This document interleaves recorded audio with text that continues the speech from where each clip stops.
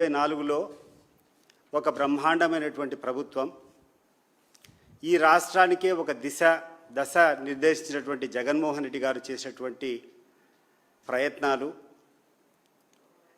పేదలందరినీ కూడా సంపన్నులు చేసే రకంగా పేదలందరినీ కూడా సంతోషంగా ఉండే రకంగా జగన్మోహన్ రెడ్డి గారు తీసుకున్నటువంటి చర్యలను ఆ రోజు విమర్శించలేక వాటికంటే రెట్టింపు మేము ఇస్తామని చెప్పి అధికారంలోకి వచ్చినటువంటి ఈ కూటమి ప్రభుత్వం ఈరోజు చేస్తున్నటువంటి నిర్వాకం చూస్తే ప్రజలందరూ కూడా గుడ్ల పకిచ్చి చూస్తున్నారు. ఆహా, ఇంత గొప్పగా అబద్ధాలు చెప్పగలుగుతారా, ఇంత గొప్పగా ప్రజలను భ్రమ పెట్టగలుగుతారా వీళ్ళు అనే ఒక ఆశ్చర్యాన్ని ఈరోజు ప్రతి ఒక్కరూ చూస్తున్నారు.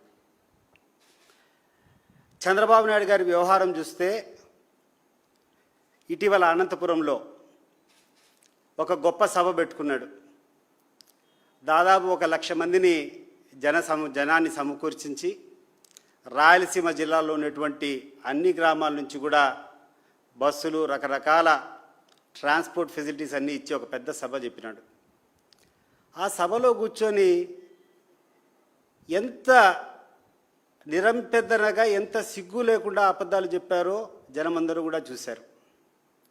ఈ సందర్భంగా ఆ యొక్క మీటింగ్ సంబంధించి చంద్రబాబు నాయుడు గారు ఇచ్చినటువంటి ఆ ఎక్స్ప్లెనేషన్ దాని వివరాల్లోకి ఈ సందర్భంగా నేను పోదలుచుకున్నా.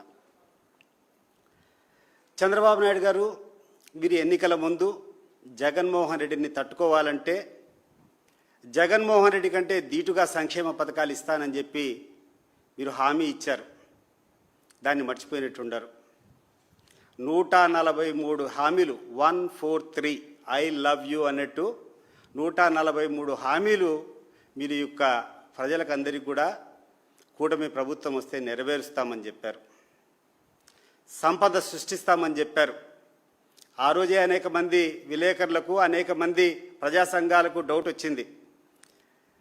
జగన్మోహన్ రెడ్డి గారు ఇంత చిత్తశుద్ధిగా ప్రయత్నం చేసినా కూడా కానిటువంటివి దానికి రెట్టింపిస్తామని చెప్పి నువ్వు చెప్తున్నావే, ఎక్కడి నుంచి వస్తుందని చెప్తే వాళ్ళకు అనుభవం లేదు, నాకు అనుభవం ఉంది, అనుభవంతో పాటు సంపద సృష్టించేది నాకు చేతవుతుందని చెప్పి చంద్రబాబు నాయుడు గారు చెప్పినటువంటి మాటల్ని ఈ సందర్భంగా గుర్తు చేస్తున్నా. ఈ 143 హామీల్లో ప్రముఖంగా మీరు చెప్పింది ప్రజల్లోకి ఎక్కువగా తీసుకొని పోయింది మీ మేనిఫెస్టోలో పెట్టేటువంటి 143 హామీలు కాకుండా సూపర్ 6 అని చెప్పారు. ఇటీవల అనంతపురంలో మీరు కూర్చొని బట్టి సూపర్ 6 సూపర్ హిట్ అనేటువంటి ఒక ప్రోగ్రాం పెట్టి ప్రజల్లో ఈరోజు నవ్వుల బాటకు మీరు గురవుతున్నారు.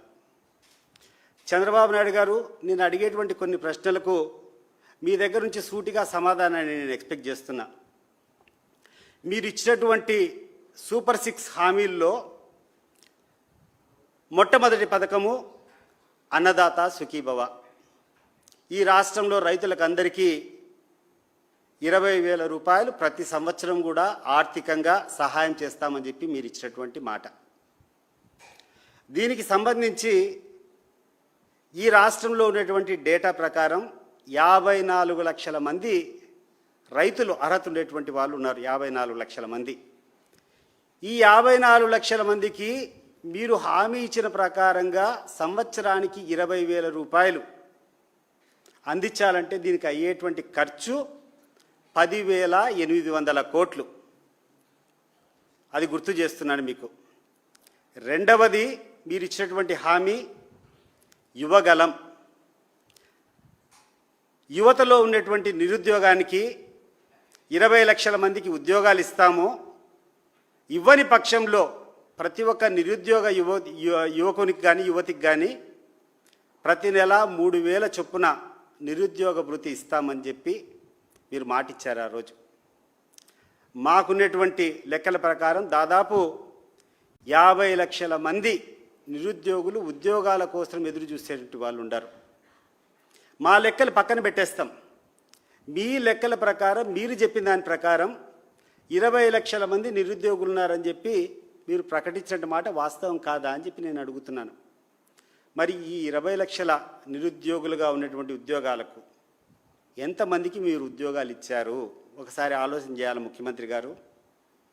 ఈ 20 లక్షల మందికి మీరు ఉద్యోగాలు ఇవ్వని పక్షంలో మీరు ఇస్తారు అని చెప్పినటువంటి హామీ నెల నెల 3,000 రూపాయలు నిరుద్యోగ భృతి ఇచ్చేదానికి అవసరమయ్యేటువంటి ఖర్చు 20 లక్షలు ఇంటూ 3,000 ఇంటూ 12 నెలలు వేసుకుంటే దాదాపు 7,200 కోట్లు ఖర్చు అవుతుంది. ముఖ్యమంత్రి గారికి గుర్తు చేస్తున్నాను, యువగలం అనేటువంటి పథకం కింద మీరిచ్చినటువంటి పథకానికి అయ్యే ఖర్చు 7,200 కోట్లు. మూడవ ప్రముఖమైనటువంటి మీ సూపర్ సిక్స్లో ఉన్నటువంటి హామీ ఆడబిడ్డ నిధి. ఆడబిడ్డ నిధిలో 18 సంవత్సరాలు పూర్తయినటువంటి ప్రతి ఒక్క మహిళకు కూడా నెల నెల 1,500 చొప్పున సంవత్సరానికి 12 నెలలు ఇస్తామని చెప్పి మీరు ఇచ్చినటువంటి హామీ ప్రకారం, ఇక్కడటువంటి స్టాటిస్టిక్స్ ప్రకారం, ఇక్కడటువంటి డేటా ప్రకారం 1,80,00,000 మంది మహిళలు దీనికి అర్హత సంపాదిస్తారు. ఈ 1,80,00,000 మందికి 1,500 చొప్పున 12 నెలలు మీరు ఈ పథకాన్ని కంప్లీట్ చేయాలంటే మీకు అయ్యేటువంటి ఖర్చు 32,400 కోట్లు. ముఖ్యమంత్రి గారు గుర్తుపెట్టుకోండి, ఈ పథకానికి అయ్యేటువంటి ఖర్చు 32,400 కోట్లు. నాలుగో హామీ మీరు ఇచ్చింది తల్లికి వందనం. దాదాపు 87 లక్షలు 85 లక్షల మంది విద్యార్థులు ఉన్నారు. ఆ రోజు మీరు హామీ ఇచ్చినారు, స్కూల్కు పోయేటువంటి ఎంతమంది విద్యార్థులు ఉంటే, 2 పిల్లలున్నా, 3 పిల్లలున్నా, 5 మంది పిల్లలున్నా, 10 మంది పిల్లలున్నా ప్రతి ఒక్కరికి 15,000 ఎటువంటి ఆంక్షలు లేకుండా మీరు ఇస్తామని చెప్పారు. 87 లక్షల మందికి 15,000 చొప్పున మీరు ఈ ప్రభుత్వం నుంచి చెల్లిస్తే దానికి అయ్యేటువంటి ఖర్చు 13,000 కోట్లకు పైచిలుకే అవుతుంది.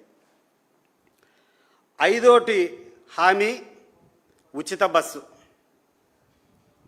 ఉచిత బస్సు అనేది దాదాపు ఒక 15 నెలలు మీరు పరిపాలించిన తర్వాత ఇటీవల ఒక 15 రోజుల కిందటనో 20 రోజుల కిందటనో ఉచిత బస్సును ప్రవేశపెట్టారు.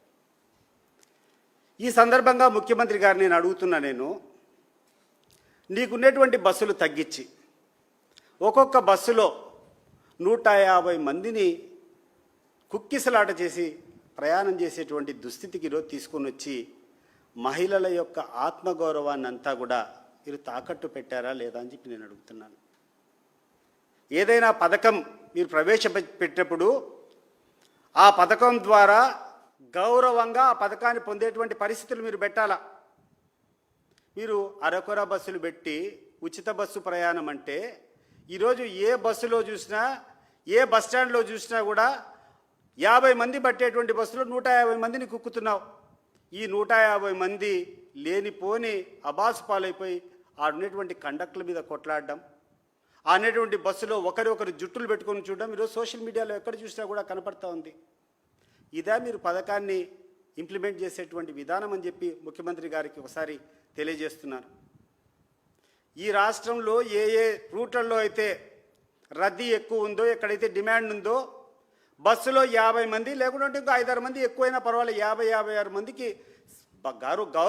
గర్వంగా కూర్చునేటువంటి పరిస్థితిలో నువ్వు చెప్పి ఉచిత బస్సు ఇవ్వాలి తప్పితే 50 మంది పట్టేటువంటి బస్సులో 150 మందిని కిక్కిరిసి అనేటువంటి మహిళలకందరూ కూడా జుట్లు పట్టుకొని కొట్లాడేటువంటి పరిస్థితి పెట్టి ఉచిత బస్సు స్కీమ్ ఇచ్చామని చెప్పడము ఇది సబబా ముఖ్యమంత్రి గారు అని చెప్పి నేను అడుగుతున్నాను. ఆరొక సూపర్ హిట్, ఈ సూపర్ సిక్స్లో ఆరో పథకం వచ్చేసి దీపం పథకం.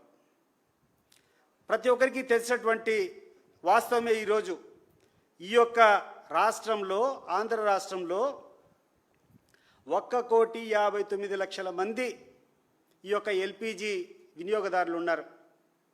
ఈ యొక్క 1,59,000 1,60,000 మందికి 1,60,00,000 మందికి కనెక్షన్లకు నువ్వు చెప్పినటువంటి పథకము పూర్తిగా సంపూర్ణంగా అమలు కావాలంటే దాదాపు 5,000 కోట్లు అవుతుంది. అంటే మీరు చెప్పినటువంటి దానికి అన్నిటి ఒక ఈ 6 పథకాలకు కూర్చొని నువ్వు బేరీజ్ వేసుకుంటే అన్నదాత సుఖీభావకు 10,800 కోట్లు, నిరుద్యోగ భృతికి 7,200 కోట్లు, ఆడబిడ్డ నిధికి 32,400 కోట్లు, తల్లికి వందనం కింద 13,000 కోట్లు, ఉచిత బస్సుకు దానికి మీరు ప్రభుత్వానికి ఎంత చెల్లిస్తారో దానికి 4,000 కోట్లు 3,000 కోట్లు ఎంత అవుతుంది, వాళ్ళు గర్వంగా పోవాలంటే కానీ వాళ్ళకి 3,000-4,000 కోట్లు అవుతుంది. దీపం పథకానికి అయ్యేది 5,000 కోట్లు. దాదాపు సంవత్సరానికి మీరు ఇచ్చినటువంటి సూపర్ 6 అనేది సూపర్ హిట్ కావాలంటే 70,000 కోట్ల రూపాయలు ఈ ప్రభుత్వం నుంచి ప్రజలకు చేరాల్సినటువంటి అవసరం ఉంది. ఇది వాస్తవమా కాదా ముఖ్యమంత్రి గారు, మీరు చెప్పండి.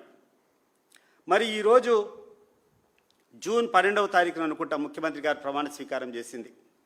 జూన్ 12, 2024. ఇప్పటికీ దాదాపు 1 సంవత్సరం దాటి 4 నెలలు అయింది. 1 సంవత్సరం 4 నెలలు అంటే 1 క్వార్టర్ దాటి ఇంకా పోయింది. ఆల్మోస్ట్ 70,000 కోట్లు 1 సంవత్సరానికి ఖర్చు అయితే 16 నెలల కాలానికి ప్రభుత్వం నుంచి మీరు ఇచ్చినటువంటి సూపర్ 6 ద్వారా మీరు ఖర్చు పెట్టాల్సినటువంటి ఖర్చు 90,000 కోట్ల రూపాయలు పైనే ఉంటుందనే మాట ముఖ్యమంత్రి గారికి గుర్తు చేస్తున్నాను. మరి నువ్వు ఎంత ఖర్చు పెట్టినావయ్యా? గడిచిన 16 నెలల నుంచి నీ ప్రభుత్వ ఖజానా నుంచి ఈ యొక్క సూపర్ 6 పథకాల కోసం ఎంత ఖర్చు పెట్టావు ముఖ్యమంత్రి గారు? మీకు ధైర్యం ఉంటే మీ రికార్డుతో ఎవరైనా పంపించండి. నాకు తెలిసినంత వరకు 6,000-7,000 కోట్లకు ఈ యొక్క తల్లికి వందనం కింద 6,000-7,000 కోట్లు మీ ప్రభుత్వం విడుదల చేసింది. దీపం పథకం కోసం ఏ గ్రామంలో చూసినా కూడా 50% నుంచి 60% కూడా రాలేదు. ఇప్పటి వరకు దాదాపు 1,000 కోట్లు కూడా దానికోసం రిలీజ్ చేసేటువంటి పరిస్థితులు లేవు. ఈరోజు అన్నదాత సుఖీభవ స్కీమ్ కింద 50 లక్షల మంది రైతులకు నువ్వు ఇచ్చినటువంటి 5,000 చొప్పున 2,500 కోట్లు అయింది. ఇవన్నీ కూడితే 12,000 నుంచి 13,000 కోట్లు ఖరీదవుతాయి. నీ ప్రభుత్వం నుంచి ఈ రాష్ట్ర ప్రజలకు నువ్వు ఇచ్చినటువంటి సూపర్ 6 హామీ పథకం కింద ప్రజలకు ఈ ప్రభుత్వం నుంచి పోయినటువంటి మొత్తం 12 నుంచి 13,000 కోట్లు. ఇది వాస్తవం కాదా ముఖ్యమంత్రి గారు? మీరు ఒకసారి ఆలోచన చేసి చెప్పండి. మరి 90,000 కోట్లు ఖర్చు అయ్యేటువంటి పథకాన్ని 13,000 కోట్లు నువ్వు డబ్బిచ్చి, అంటే కనీసం 15 నుంచి 16% కూడా నువ్వు విడుదల చేయకుండా ఈ యొక్క సూపర్ 6 సూపర్ హిట్ అని చెప్పుకునేటువంటి ఘనత నీకు తప్ప ఇంకెవ్వరికీ లేదు ముఖ్యమంత్రి గారు. అది గుర్తుపెట్టుకోండి. నువ్వు ఏమైనా ప్రజలు ఏమైనా పిచ్చోళ్ళు అనుకుంటాడేమో. ప్రతి ఒక్క డీటెయిల్స్ ప్రజలకు తెలుసు. ఈరోజు నువ్వు చేసేటువంటి ఫెయిల్యూర్ వల్ల నువ్వు డేటాబేస్ పెట్టడం లేదు. ఎక్కడ చూసినా ఈరోజు అర్హత కలిగినటువంటి అనేక మంది ఈ యొక్క లబ్ధిదారులకు డబ్బులు రాకుండా ఉంటే వాళ్ళు ఎవరికైనా అప్లికేషన్ పెట్టాలంటే ఎక్కడ పెట్టాలి ముఖ్యమంత్రి గారు? గతంలో జగన్మోహన్ రెడ్డి గారి హయాంలో గర్వంగా ఇట్లా కాలర్ ఎగరేసుకొని వాళ్ళకి తీరుకునే టైంలో అక్కడికి పోతే వాలంటీర్ తీసుకొని నోట్ చేసుకొని కంప్యూటర్లో ఫీడ్ చేసి మళ్ళీ వాళ్ళకి స్టేటస్ ఇచ్చేటువంటి పరిస్థితి. ఈరోజు ఆ డేటాబేస్ ఎక్కడైనా ఉందా ముఖ్యమంత్రి గారు? నాకు చెప్పండి. ఇప్పటి వరకు మీరు ఇచ్చినటువంటి పథకాల్లో లబ్ధి చేకూరినటువంటి వ్యక్తులు వాళ్ళ గ్రీవెన్స్ కోసం మీకు చెప్పాలా అంటే ఎవరికి చెప్పాలా? అటువంటి అప్లికేషన్స్ ఎన్ని వచ్చినాయి, వాటికి మీరు చూపించినటువంటి పరిష్కారం ఏంది అని చెప్పి ఈ సందర్భంగా ఈ యొక్క ముఖ్యమంత్రి గారిని, ఈ యొక్క ఉప ముఖ్యమంత్రి గారిని నేను ప్రశ్నిస్తున్నా. ఈయనేమో కూర్చొని పెద్ద ఎత్తున ఒక అబద్ధాన్ని నిజం చేయాలని చెప్పి 1,00,000 మంది జనాభా కూర్చొని నీ ఇష్టం వచ్చినట్టు ఊదరగొడితే నమ్మేదానికి ఏమన్నా ప్రజలు ఏమైనా చెవులో పూలు పెట్టుకొని ఉండారా? ఒకసారి ఆలోచన చేయి. నేను చెప్పిన మాటల్లో ఏమైనా అవాస్తవం ఉందా? నువ్వు చెప్పినటువంటి పథకాలు, నువ్వు ఇచ్చినటువంటి హామీలు నెరవేరాలంటే 90,000 కోట్లు ఈ ప్రభుత్వానికి ఖర్చు అవుతుందా లేదా ముఖ్యమంత్రి గారు 16 నెలల పొడవునా? మరి 16 నెలల పొడవునా నీ యొక్క రాష్ట్ర ఖజానా నుంచి 13,000 కోట్ల కంటే ఎక్కువ పోయినటువంటి సందర్భం ఉందా? ఉంటే దయచేసి తెలియజేయండి మాకు. మరి ఇంత ఘోరంగా అట్టర్ ఫ్లాప్ అయినటువంటి పథకాన్ని, అట్టర్ ఫ్లాప్ అయినటువంటి హామీని కూర్చొని సూపర్ 6 సూపర్ హిట్ అని చెప్పేటువంటి ఘనత, దానికి మళ్ళా 1,00,000 మంది జనాభా సాక్ష్యం. నీకు నువ్వు కూర్చొని మాట్లాడుతూ ఉంటే నువ్వు చెప్పేటువంటి అబద్ధాలను ఆమోదింపజేయడానికి 1,00,000 మందిని జనాభా కూర్చున్నావు. ఇది కరెక్టా అని చెప్పి నేను అడుగుతున్నాను.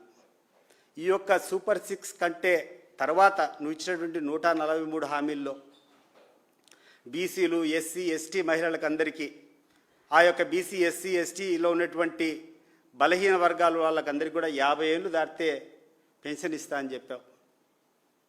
ఎక్కడికి పోయినాయా పెన్షన్లు? బీసీలకు ఎక్కడైనా 50 ఏళ్ళు దాటితే పెన్షన్ వచ్చిద్దా? ఎస్సీలకు ఎక్కడైనా 50 ఏళ్ళు దాటితే పెన్షన్ వచ్చిద్దా? 50 ఏళ్ళు పక్కన పెట్టు. నీ ప్రభుత్వం వచ్చిన 16 నెలల్లో, ఈ ప్రభుత్వం వచ్చినటువంటి 16 నెలల్లో కొత్తగా ఒక్క పెన్షన్ అయినా ఇచ్చావా చంద్రబాబు నాయుడు గారు? నేను అడుగుతున్నాను సూటిగా. కొత్తగా ఒక పెన్షన్ ఇచ్చినావా? నువ్వు ఇచ్చినటువంటి కొత్త పెన్షన్ లేదంటే ఎక్కడన్నా భర్త చనిపోతే ఆ భర్త స్థానంలో భార్యకి ఇచ్చినటువంటి పెన్షన్లు తప్పితే కొత్తగా పెన్షన్లు ఇచ్చావా అని చెప్పి నేను అడుగుతున్నా. ఈ సందర్భంగా రాష్ట్ర ప్రజలకందరికీ గుర్తు చేస్తున్నా. నేను చంద్రబాబు నాయుడు గారు దిగిపోయే సమయానికి 45 లక్షల మంది ఈ యొక్క పెన్షన్ ద్వారా లబ్ధి పొందుతూ ఉంటే, జగన్మోహన్ రెడ్డి గారి 5 సంవత్సరాల హయాంలో దాదాపు 64 లక్షల మందికి పెన్షన్ ఇచ్చేటువంటి పరిస్థితి. అంటే దాదాపు 20 లక్షల మందికి కొత్తగా పెన్షన్ ఇచ్చేటువంటి ఘనత జగన్మోహన్ రెడ్డి గారిది. మరి నువ్వు అధికారం వచ్చినప్పుడు 64 లక్షల పెన్షన్లు జరుగుతూ ఉంటే, ఇప్పటి వరకు నాకున్నటువంటి సమాచారం ప్రకారం దాదాపు 7 నుంచి 10 లక్షల మంది లబ్ధిదారులు 60 సంవత్సరాలు దాటి వెయిటింగ్ లిస్టులో ఉంటే, ఉన్నటువంటి పెన్షన్లు 6 లక్షల మందికి కోత విధించింది వాస్తవం కాదా అని చెప్పి నేను అడుగుతున్నాను. ఏ రకంగా మీరు జగన్మోహన్ రెడ్డి పరిపాలనకు కంపారిజన్ అని చెప్పి నేను అడుగుతున్నాను. జగన్మోహన్ రెడ్డి ఒక హీరో. చెప్పిన మాట చెప్పినట్టు కూర్చొని చెప్పిన టైంకు ఎవరి దగ్గరికి ఎక్కడికి పోకుండా వాళ్ళ ఇంట్లో వాళ్ళు కూర్చుంటే వాళ్ళకి చెప్పినటువంటి హామీ బటన్ నొక్కి వాళ్ళకు డబ్బు చేర్పించినటువంటి ఘనత ఈరోజు ఉంటే, ఈరోజు నువ్వు చెప్పినటువంటి హామీలు అమలు కావాలంటే ఎవరి దగ్గరికి పోవాలనో అర్థం కానటువంటి పరిస్థితుల్లో ఉండారు. ఈరోజు ఈ పెన్షన్దారులకు అందరికీ మీరు ఏ రకమైనటువంటి సందేశాన్ని ఇస్తారో ఒకసారి చెప్పండి. 16 నెలల నుంచి అర్హత సాధించి 60 ఏళ్ళు పూర్తయినటువంటి వాళ్ళకు నువ్వు చెప్పినటువంటి 143లో ఉన్నటువంటి హామీల్లో 50 సంవత్సరాలు పూర్తయినటువంటి బీసీఎస్సీని పక్కన పెట్టండి. 60 సంవత్సరాలు పూర్తయిన వాళ్ళకన్నా ఇవ్వాల్సిన బాధ్యత నీకుందా లేదా అని చెప్పి చంద్రబాబు నాయుడు గారికి నేను గుర్తు చేస్తున్నాను. రెండవది, నువ్వు కూర్చున్నావు అనంతపురం మీటింగ్లో మాట్లాడుతున్నావు. ఏం తమ్ముళ్ళు, కాలేజీలు మెడికల్ కాలేజ్ ఇచ్చినటువంటి ఘనత మనదా కాదా అని చెప్పి నువ్వు అడిగావు. మళ్ళా దానికి ప్రజల్ని అడుగుతున్నావు. అయ్యా చంద్రబాబు నాయుడు గారు, ఒక్కసారి గుర్తు తెచ్చుకో. నువ్వు 14 సంవత్సరాలు గతంలో ముఖ్యమంత్రిగా ఉన్నావు. మళ్ళా ఈరోజు ముఖ్యమంత్రి అయి 16 నెలలు అయింది. దాదాపు ఈ 15 సంవత్సరాల చిరల కాలంలో ఒక్క ప్రభుత్వ మెడికల్ కాలేజ్ కూడా నువ్వు తీసుకొని రాలేదు అనేటువంటి విషయాన్ని నీకు గుర్తు చేస్తున్నా. ఎవరైనా ప్రభుత్వ మెడికల్ కళాశాలలు ఈ రాష్ట్రానికి తెచ్చారంటే ఆ యొక్క ఘనత ఒక్క జగన్మోహన్ రెడ్డికి అని గుర్తుపెట్టుకోండి. 17 మెడికల్ కాలేజీలు ప్రభుత్వ పరంగా ప్రభుత్వ మెడికల్ కాలేజ్ తెచ్చినటువంటి ఘనత జగన్మోహన్ రెడ్డి గారిది. అతడు ఒక విజనరీ. జగన్మోహన్ రెడ్డి గారు ప్రజల మనిషి. ప్రజలకు ఏం చేస్తే మేలు జరుగుతుందని ఆలోచన చేసి ఒక రకంగా ఇక్కడటువంటి డాక్టర్లు కావాలనే వాళ్ళకందరికీ కూడా సీట్లు వచ్చే రకంగా ప్రతి ఒక్క జిల్లా హెడ్ క్వార్టర్స్లో ఒక మెడికల్ కాలేజ్ ఉండాలా. మెడికల్ కాలేజ్ వస్తే మెడికల్ కాలేజ్తో పాటు ఖచ్చితంగా ఒక సూపర్ స్పెషాలిటీ హాస్పిటల్ ఉండాలా. సూపర్ స్పెషాలిటీ హాస్పిటల్ వస్తే అనేక మంది డాక్టర్లు అనేక మంది కథ వస్తుంది కాబట్టి ఆ హెడ్ క్వార్టర్సు ఆ ఊరికి ఇన్ఫ్రాస్ట్రక్చర్ బ్రహ్మాండంగా పెరిగిపోతుంది. అనేటువంటి ప్రజలకందరికీ కూడా ఉచితంగా వైద్యం అందుతుంది. అనేటువంటి పేద విద్యార్థులందరూ కూడా తక్కువ ఫీజులతో మెడికల్ కాలేజీలో ఉత్తీర్ణులు కావచ్చు అని చెప్పి జగన్మోహన్ రెడ్డి చేసినటువంటి విజన్ను ఆయన్ను విజనరీ అంటారా? ప్రభుత్వ తరపున శాంక్షన్ చేసినటువంటి ప్రభుత్వ కళాశాలన్నీ తీసుకొని ప్రైవేటైజ్ చేయాలా, వీటన్నిటి కూడా అమ్ముకోవాలా, వీటి ద్వారా ఆర్థికంగా నేను బాగుపడాలని చెప్పి నువ్వు చేసేటువంటి విధానం విజనరీనా అని చెప్పి నేను ప్రశ్నిస్తున్నా. ఆలోచన చేసుకో. ఏది గొప్ప విజన్? ప్రభుత్వాలకి పేద ప్రజలకు ప్రభుత్వం తరపున వైద్యం అందాలా, ప్రభుత్వం తరపున తక్కువ ఫీజులకు విద్యాబోధన అందాలా అని చెప్పి జగన్మోహన్ రెడ్డి గారు చేసేటువంటి ఆలోచన ఒక విజనా? ప్రభుత్వంతో స్టార్ట్ చేసేటువంటి కాలేజీలు ప్రభుత్వ అసెట్లన్నీ తీసుకొని ప్రైవేట్ వ్యక్తులకు దారాదత్తం చేయడం విజనా అని చెప్పి ఈ సందర్భంగా నేను ఈ యొక్క చంద్రబాబు నాయుడు గారిని ప్రశ్నిస్తున్నా. నువ్వు కూర్చుంటావు, ప్రభుత్వ కాలేజీలు అసలు మొదలు కాలేదంటావు, నీ మంత్రులు పోతారు, ఎక్కడనో దొడ్డదారిని పోయి ఎక్కడన్నా అసంతృప్తిగా ఉన్నటువంటి 4 పిల్లలను చూపించి ఎక్కడ మెడికల్ కాలేజ్ అని చెప్తున్నారు. ఈరోజు మా వైఎస్ఆర్ కాంగ్రెస్ పార్టీ లీడర్లంతా ప్రత్యక్షంగా మెడికల్ కాలేజీల దగ్గరికి పోతున్నారు. 5 మెడికల్ కాలేజీలు పూర్తి అయిపోయినాయి, అడ్మిషన్లు కూడా జరిగాయి. ఈరోజు నంద్యాలలో కానీ, ఏలూరులో కానీ, మచిలీపట్నంలో కానీ, రాజమండ్రిలో కానీ, విజయనగరంలో కానీ 5 కాలేజీలు ఈరోజు సంపూర్ణంగా జరగడం లేదా? ఆడ విద్యాబోధన జరగడం లేదా? అడ్మిషన్ జరగడం లేదా? చంద్రబాబు నాయుడు గారు, మీరు ఒకసారి ఆలోచన చేయండి. ఆ రోజు జగన్మోహన్ రెడ్డి గారు 17 ప్రభుత్వ మెడికల్ కాలేజీలు కూడా శాంక్షన్ చేస్తూ ఒకటే సంవత్సరం పూర్తి కావు ఇవి. దాదాపు 8,500 కోట్లు ఈ యొక్క కాలేజీలకు పూర్తి అయ్యేదానికి ఖర్చు అవుతుంది. 2027 వరకు 3 దఫాలుగా 3 ఫేజులుగా కంప్లీట్ చేయాలని చెప్పి ఆ రోజు ఆయన సంకల్పించి ఆయన ప్రారంభించినటువంటి 5 మెడికల్ కాలేజీలో ఈరోజు విద్యాబోధన జరుగుతూ ఉంది. మరి 2 కాలేజీలు పాడేరు, ఆ తర్వాత పులివెందుల కంప్లీట్ అయిపోయి నేషనల్ మెడికల్ కౌన్సిల్ వాళ్ళు ఈ సంవత్సరానికి 50 సీట్లు ఇస్తే ఆ సీట్లు నేను చేయలేనని చెప్పి క్లోజర్ చేసేటువంటి ఘనత మీది కాదా చంద్రబాబు నాయుడు గారు? ఇది సమాధానం చెప్పాలి. ఈ రాష్ట్రంలో ఉన్నటువంటి విద్యను అభ్యసించాలనుకునేటువంటి విద్యార్థులకు, వాళ్ళ మీద ఆధారపడినటువంటి కుటుంబాలకు, ఆడ వైద్యం పొందాల్సినటువంటి నిరుపేదలకు అందరికీ కూడా మీరు సమాధానం చెప్పాల్సినటువంటి అవసరం ఉంది. కార్పొరేట్ చేతిలో తీసుకొని పోయి నువ్వు దారాదత్తం చేసుకొని 2,10,000 కోట్లు ఎక్కడ పోయిందో ఆ భగవంతునికే తెలియాల. ఈ 2,10,000 కోట్లు ఈ మెడికల్ కాలేజీలు పూర్తి చేసేదానికి మీరు ఇచ్చినటువంటి లెక్క ప్రకారమే 4,500 కోట్లు ఇప్పటి వరకు ఖర్చు పెట్టారు. ఇంకా 4,000 కోట్లు ఖర్చు పెట్టాలన్నారు. 2,00,000 కోట్లు నువ్వు అప్పు చేసినావే పేద ప్రజల కోసం, పేద విద్యార్థుల కోసం. 4,000 కోట్లు ఏమైనా పెద్ద లెక్క అవుతుందా? చంద్రబాబు నాయుడు గారు ఆలోచన చేసేయాలి. ఇవన్నీ దాదాపు మిగిలినటువంటి 7-8 కాలేజీలు కూడా రకరకాల దశల్లో కొన్ని 70-80% పూర్తయినాయి, కొన్ని 60% పూర్తయినాయి. ఎందుకంటే అవన్నీ 2027 థర్డ్ ఫేజ్లో కావాల్సినవి ఇవన్నీ ఉన్నాయి. ఇవి పక్కన పెట్టి నిర్మోహమాటంగా, నిస్సిగ్గుగా నువ్వు చేసేటువంటి ప్రకటన ఈరోజు ఈ రాష్ట్ర ప్రజలందరూ కూడా నవ్వుకుంటున్నారు. చంద్రబాబు నాయుడు గారు, అది గుర్తుపెట్టుకోండి. ముఖ్యంగా ఈ రాష్ట్రంలో ఉన్నటువంటి రైతులు ఎంత దుర్భిక్షంతో, ఎంత దౌర్భాగ్యంగా వాళ్ళు పండినటువంటి పంటలకు ధరలు లేకుండా ఎన్ని ఇబ్బందులు పడుతున్నారో మీకు అర్థం కావడం లేదా చంద్రబాబు నాయుడు గారు? ఒక్కసారి చూడండి, జగన్మోహన్ రెడ్డి గారి హయాంలో ఏ రకంగా పంటలకు గిట్టుబాటు ధర ఉంది, ఈరోజు ఏ రకంగా పంటలకు గిట్టుబాటు ధర ఉంది, మీరు ఒకసారి ఆలోచన చేయాలా. ఈ ప్రభుత్వంలో ఉన్నటువంటి పెద్దలు ఆలోచన చేయాలా, రాష్ట్రంలో ఉన్నటువంటి ప్రజలందరూ కూడా ఆలోచన చేయాలా. ఈరోజు చూస్తున్నాం న్యూస్ పేపర్లో ఉల్లిపాయలు కర్నూలులో కూర్చొని రోడ్డు మీద బారేస్తున్నారు. దాదాపు జగన్మోహన్ రెడ్డి గారు ముఖ్యమంత్రి ఉండేటప్పుడు 100 కేజీలు ఉల్లిపాయలు 4,000 రూపాయల వరకు రైతులకు వచ్చేటువంటి పరిస్థితి. దాదాపు 40 రూపాయలు కనీసం గిట్టుబాటు ధర కేజీకి ఆ రోజు జగన్మోహన్ రెడ్డి గారి హయాంలో వస్తూ ఉంటే, ఈరోజు 100 కేజీల ఉల్లి పంట పండించినటువంటి వాళ్ళకు 300 రూపాయలు కూడా, అంటే కిలోకు 3 రూపాయలు వాళ్ళు ట్రాన్స్పోర్టేషన్ ఛార్జెస్ కూడా పడినటువంటి మాట వాస్తవం కాదా అని చెప్పి నేను ఈ సందర్భంగా చంద్రబాబు నాయుడు గారిని అడుగుతున్నాను. అది ఈరోజు ఉల్లి రైతుల యొక్క దుస్థితి.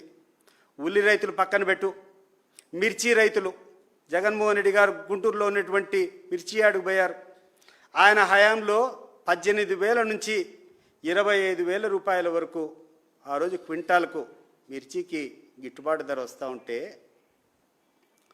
ఇటీవల కాలంలో 5,000, 7,000 రూపాయలు కూడా అమ్మనటువంటి దుస్థితి ఈ యొక్క మిర్చి రైతులకు వచ్చినటువంటి విషయం వాస్తవం కాదా?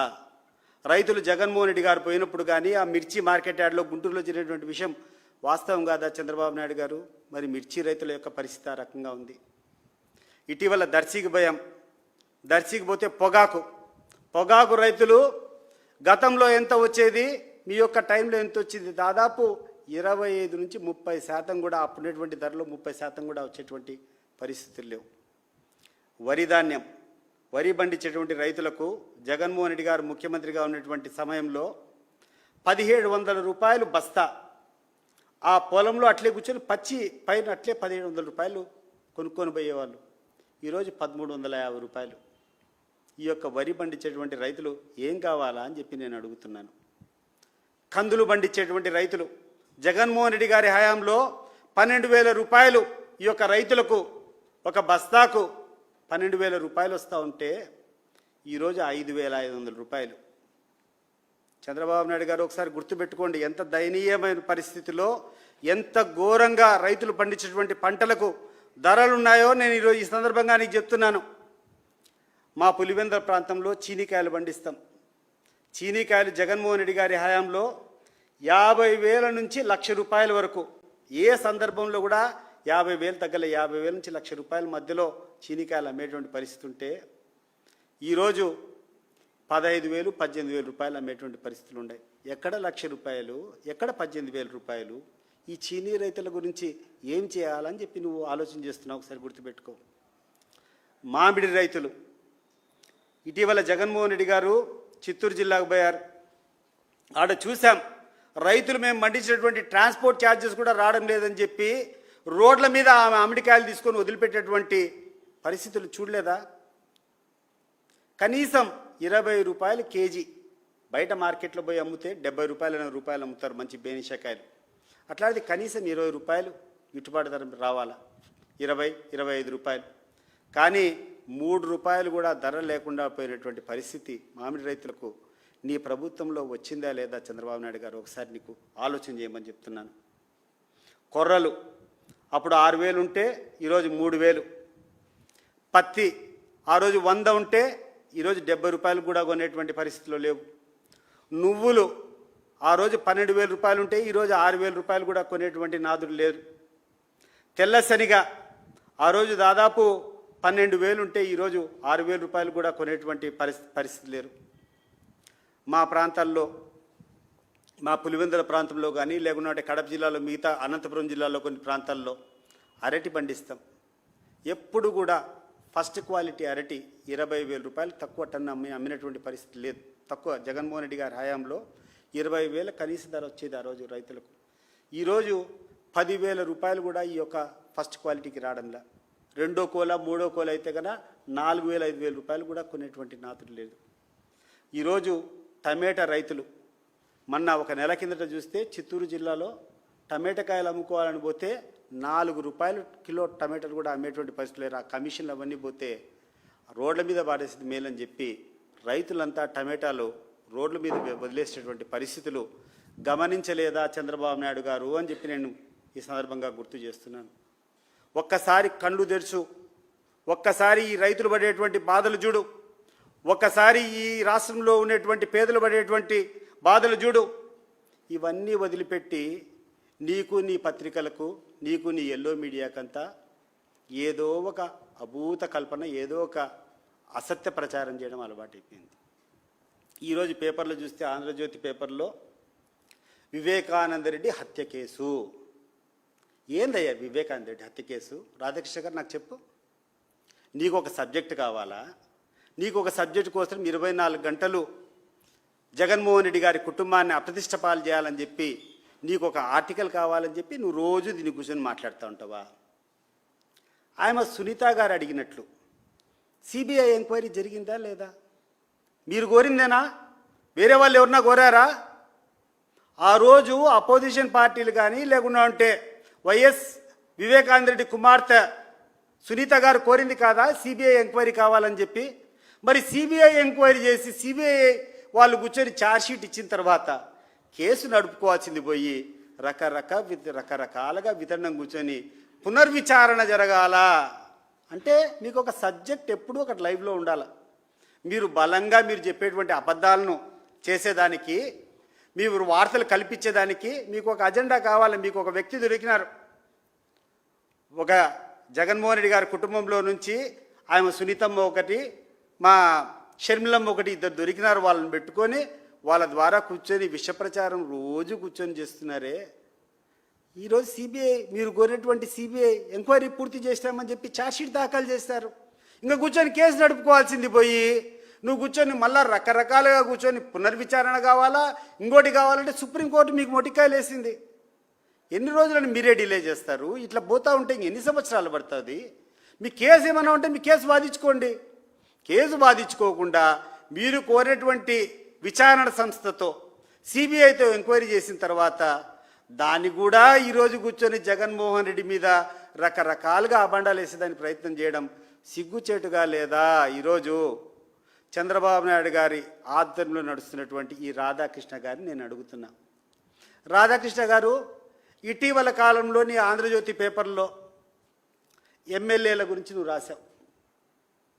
ఈ రాష్ట్రంలో ఉన్నటువంటి ఎమ్మెల్యేలంతా విచక్షణారహితంగా ఎక్కడ పడితే అక్కడ కూర్చొని ధనార్జనకు పాల్పడుతున్నారు. ఏ అంశాన్ని కూడా విడిచిపెట్టకుండా ఎక్కడ ఏ వనరులు ఉన్నా కూడా దోచుకుంటున్నారు. ఈ ఎమ్మెల్యే కథ ఏందని చెప్పి నీ పేపర్లో వచ్చింది. నీకు గుర్తు చేస్తున్నా రాధాకృష్ణ గారు, నీకు గుర్తు చేస్తున్నా, ఒక ఎమ్మెల్యేలే కనపడ్డారా నీకు? మీ యొక్క ముఖ్యమంత్రులు కనపడలేదా? మీ యొక్క ఉప ముఖ్యమంత్రి ఏం చేస్తున్నాడని నీకు కనపడడం లేదా? నీ యొక్క లీడర్ల యొక్క పార్టీ కార్యాలయంలో ఒక అంతస్తు దానికి కేటాయించినారే. ఈ యొక్క అవినీతి కలెక్షన్ కోసము ఒక వింగే పెట్టుకొని ఒక ఫ్లోర్ దానికి దారాదత్తం చేసుకొని బ్రోకర్లు వాళ్ళకు ఉండేటువంటి డబ్బులు రాబట్టేదానికి బ్రోకర్లకే ఒక ఫ్లోర్ కేటాయించి మీరు కూర్చొని డబ్బులు వసూలు చేసుకొని ఈరోజు ఎమ్మెల్యేల మీద నిందలు మోపుతున్నావు. ఎస్, నాకు కూడా వాస్తవం ఇది. ఎక్కడ పడితే అక్కడ ఎమ్మెల్యేలు, స్థానికంగా ఉన్నటువంటి వాళ్ళు ప్రతి సామాన్య ప్రజలను కూడా పీడించుకొని డబ్బులు వసూలు చేసుకుంటారు. ఇది వాస్తవం. కానీ వాళ్ళకి ఆ ధైర్యం ఎక్కడి నుంచి వచ్చింది? వాళ్ళకి వచ్చినటువంటి ఆ ధైర్యము మీరిచ్చినటువంటి ధైర్యం కాదా అని చెప్పి నేను అడుగుతున్నాను. ఆవు చేలో మేస్తే దూడేమైనా గట్టున మేస్తుందా? రాధాకృష్ణ గారు, మీరు అడగండి ఈ ముఖ్యమంత్రిని, ఉప ముఖ్యమంత్రిని. ఈ రకంగా ఈ ఎమ్మెల్యేలందరూ దిగజారి ఈరోజు సామాన్య ప్రజలను పీడిస్తున్నారు. ఎక్కడ చూస్తే అవినీతి జరుగుతూ ఉందంటే దీనికి కారణం మీ పెద్దలు చేసేటువంటి లూటీ కాదా? ఈ సందర్భంగా నేను అడుగుతున్నా. ఈరోజు ఇంకా రాష్ట్రంలో ఉన్నటువంటి విద్యార్థుల యొక్క పరిస్థితులు ఆలోచన చేస్తే చాలా దౌర్భాగ్యంగా ఉంది. ఈరోజు ప్రైవేట్ విద్యా సంస్థలు అందరూ కూడా ఆ యొక్క టీచర్లకు ఆడినటువంటి ఆ యొక్క విద్యాబోధన చేసేటువంటి వ్యక్తులకు జీతాలు ఇవ్వలేక మీరు వాళ్ళకు రావాల్సినటువంటి బకాయిలు ఇవ్వరు. ఆ స్టూడెంట్స్నేమో ఎగ్జామినేషన్ కూర్చోమని చెప్తారు. ఎట్లా జరుగుతుందండి? 4,000 కోట్ల రూపాయలు దాదాపు మీరు ఇవ్వాల్సినటువంటి ఫీజు రీయింబర్స్మెంట్లు ఆ యొక్క యాజమాన్యానికి ఈరోజు బాకీలు ఉండే. నువ్వు దాని గురించి మాట్లాడవు. ఈరోజు విద్యార్థులను కూర్చోబెట్టాలంటే ఆ ప్రైవేట్ యాజమాన్యము మా ఫీజు కట్టండి, మా డబ్బులు ఇవ్వకుండా అంటే లేదని చెప్తున్నారు.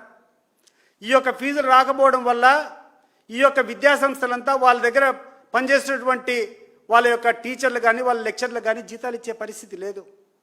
దాన్ని నువ్వు ఆదుకోవాల్సినటువంటి బాధ్యత పెట్టుకొని నువ్వు ఇచ్చినటువంటి స్కీమ్ ద్వారా చేరేటువంటి వాళ్ళకు ఆపాదించకుండా ఈరోజు విద్యార్థులందరినీ కూడా ఒక అభద్రతకు నెట్టేటువంటి ప్రభుత్వం ఇది కాదా అని చెప్పి నేను అడుగుతున్నాను.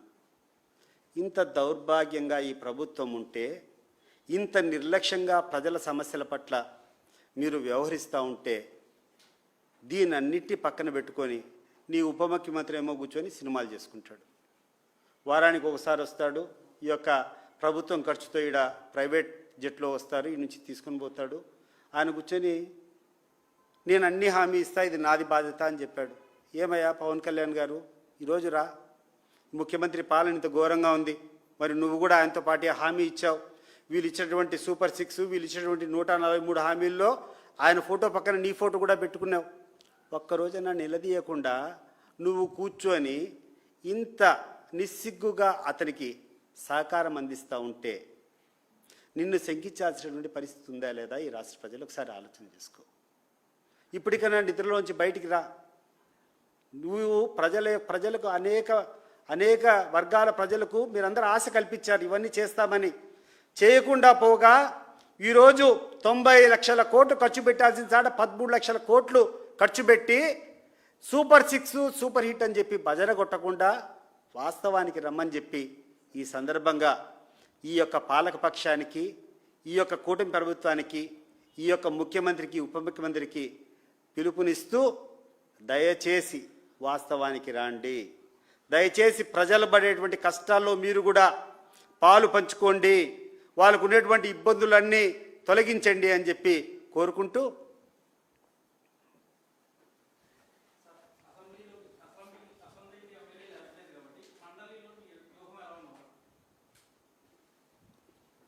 తప్పకుండా ప్రజా సమస్యలన్నింటి కూడా ఏ ఏ కార్యక్రమాలైతే ఈ యొక్క ప్రభుత్వం వైఫల్యం చెందిందో ఆ యొక్క వైఫల్యాన్నింటినీ కూడా ఎండగట్టే రకంగా తప్పకుండా ప్రజా సమస్యలన్నింటి కూడా కౌన్సిల్లో మాట్లాడతాం.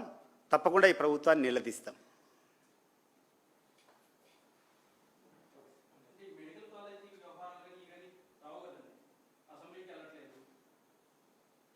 అసెంబ్లీలో మాట్లాడడానికి అనేక సందర్భాల్లో జగన్మోహన్ రెడ్డి గారు చెప్పారు. మేము మాట్లాడేటప్పుడు అపోజిషన్ పార్టీకి ఇచ్చేటువంటి గౌరవం, అపోజిషన్ పార్టీ ఈ రాష్ట్రంలో ఉండేది ఏకైక పార్టీ.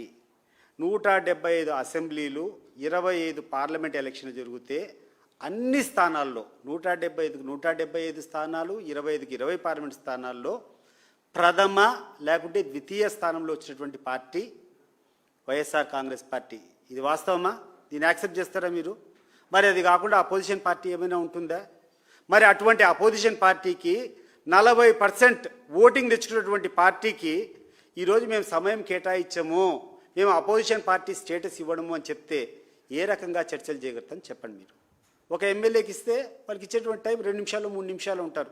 ఆ 2 నిమిషాలు 3 నిమిషాలు ఆయన మాట్లాడే బదులు ఇక్కడి నుంచి మాట్లాడతాం. మేము ఆడ కూర్చొని సరైనటువంటి సమయం ఇవ్వకుండా, సరైనటువంటి గౌరవం ఇవ్వకుండా 40% ఓటింగ్ వచ్చినటువంటి పార్టీని మీరు అపోజిషన్ కాదు అంటే కన్నా మీ దృష్టిలో అపోజిషన్ ఎవరు ఈ రాష్ట్రానికి?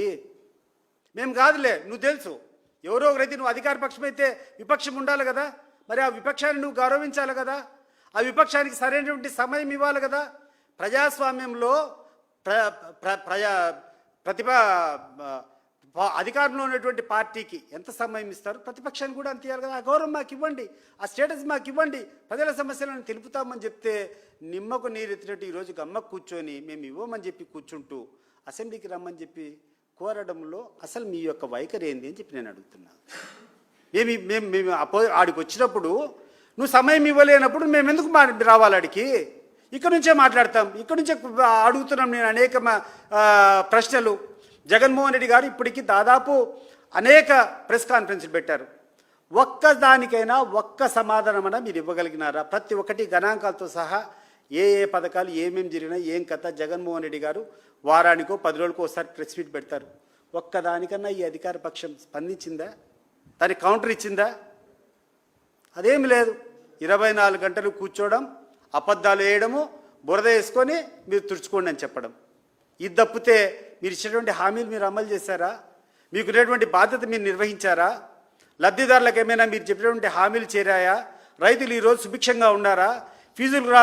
విద్యార్థులకు రావాల్సిన ఫీజు రీంబర్స్మెంట్ వచ్చిందా? ఏ రంగంలో మీరు ఈ యొక్క రాష్ట్ర ప్రజలకు మంచి పరిపాలన ఇస్తారు ఆలోచన చేయమని చెప్పి నేను అడుగుతున్నా. నేను వీళ్ళనే కాదు, ఈ యొక్క పాలపక్షానే కాదు, ప్రజలను కూడా ఈరోజు ఆలోచన చేయమని చెప్పి కోరుతున్నాను. ఏ రంగంలో మీరు మిమ్మల్ని ఆదుకున్నారు? గతంలో ఎట్లా ఉన్నాయి, ఇప్పుడు ఎట్లుంది? గతంలో రైతులు పండించేటువంటి పంటలకు గిట్టుబాటు ధరలు ఏ రకంగా ఉన్నాయి, ఈరోజు ఏ రకంగా ఉంది? ఆ రోజు సంక్షేమ పథకాలు అమలయ్యే తీరు ఏ రకంగా ఉంది, ఈరోజు సంక్షేమ పథకాలు అమలయ్యే తీరు ఏ రకంగా ఉంది? ఆ రోజు ఎవరైనా జెన్యున్ బెనిఫిషరీకి, లబ్ధిదారునికి ఏదైనా రాకుండా ఉంటే ఆ గ్రీవెన్స్ అడ్రస్ చేసే సిస్టమ్ గ్రామ సచివాలయం కానీ వాలంటీర్ కానీ ఏ రకంగా పనిచేస్తారు, ఈ రకంగా ఈరోజు ఏ రకంగా ఉంది? ఇవన్నీ కూడా ఈరోజు పాలకపక్షంలో ఉన్నటువంటి వాళ్ళు సమాధానాలు చెప్పాలా, ప్రజలందరూ కూడా ఇవన్నీ గమనించాలా అని చెప్పి ఈ సందర్భంగా చెప్తున్నా.